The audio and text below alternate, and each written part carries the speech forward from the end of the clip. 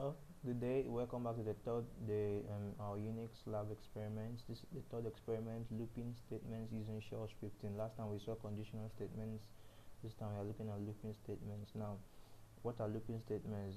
They are statements that enable a statement to be executed repeatedly. Okay, so an operation is performed repeatedly based on the input parameters. Okay, and the looping statements in shell scripting are almost like the looping statements you have seen in other programs like C and C++. These looping statements, you can have for loops and while loops are the basic looping statements in shell scripting. There are other looping statements like until loop.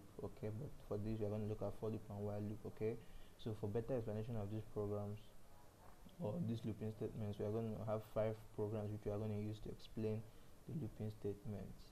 So the first one is factorial of a number. Okay, so sorry about that.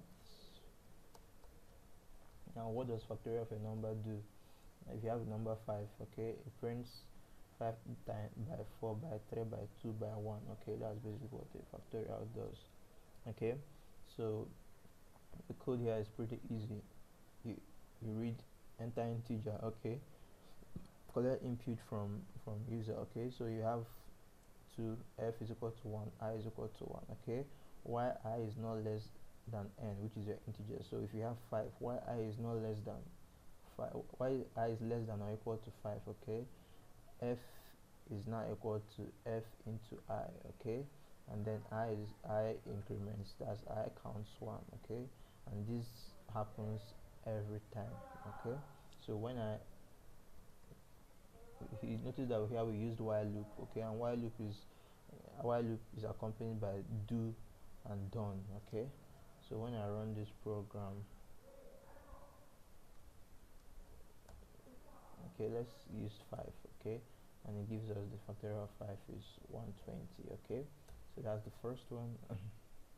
Second one is sum of a given series. Okay, sum of a given series is basically you enter a range, okay, a number, okay, and the series starts from 1 to that number, so it adds every number from 1 to that number. Okay, so what you basically do is the logic here is basically you enter the range. Okay, range is the last number. Okay, then you have an s variable which is a sum. Okay, which is sum is stored. Then you have an I is equal to 1, which is the beginning of the the beginning of the series. Okay, so why the beginning of the series is why I is less than the range, okay, which is the last less than or equal to this early means less than or equal to, which is the last number in the series. Okay, it adds s, keeps on adding s, okay, to the I, and with this the sum of the series is printed. Okay, so that's basically the logic. And if we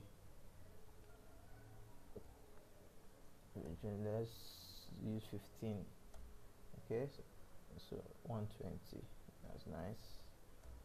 Okay, the next program, Fibonacci series. Now Fibonacci series is basically addition of the 2 previous numbers will give the next number. So if you have 1, the Fibonacci series, the first number is 0. Okay, second number is 1. Okay, so you have 0 1, 0 plus 1 is 1, that means the third number is 1, and you have 1 1, 1 plus 1 is 2, that means the second number is 2, like that. 1 plus 2 is 3, that means 3 plus 2 5, something like that. Okay, so now the logic for this is also very easy.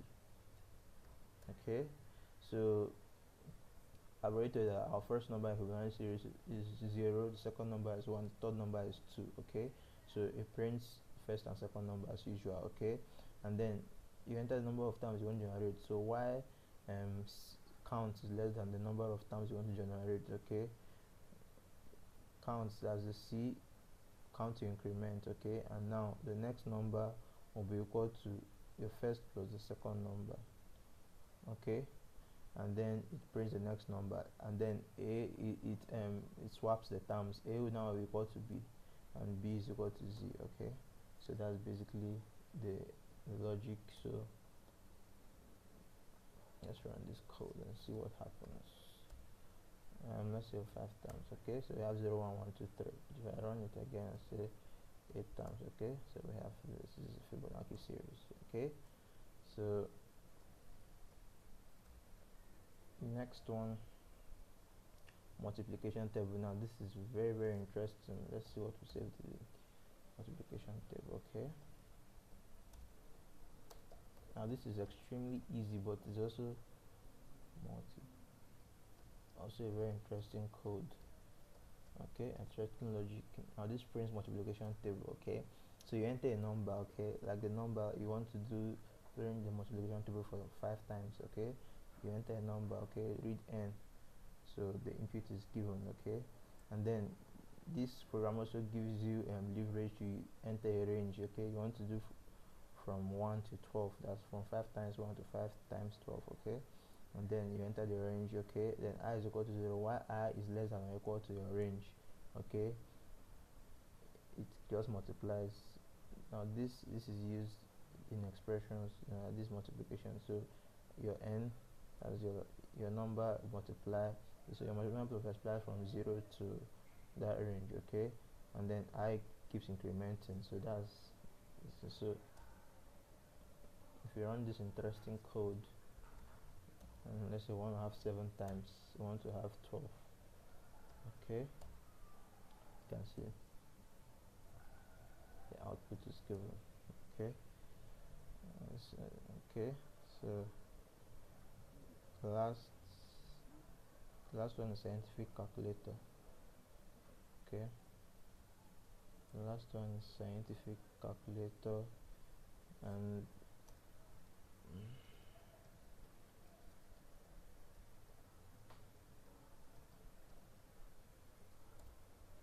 okay, so using while loop,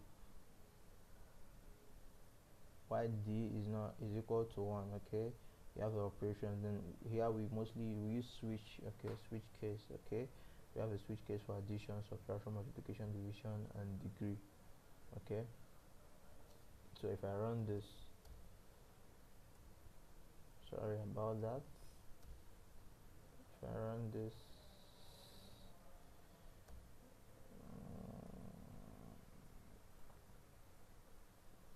so the while loop is what is enabling it to say, do you want to continue? Okay, it gets, I want to continue to do multiplication 2 4, I don't want to continue. So that's basically it. Okay, so that's basically the 5 experiments we used to explain looping statements. Thank you for joining.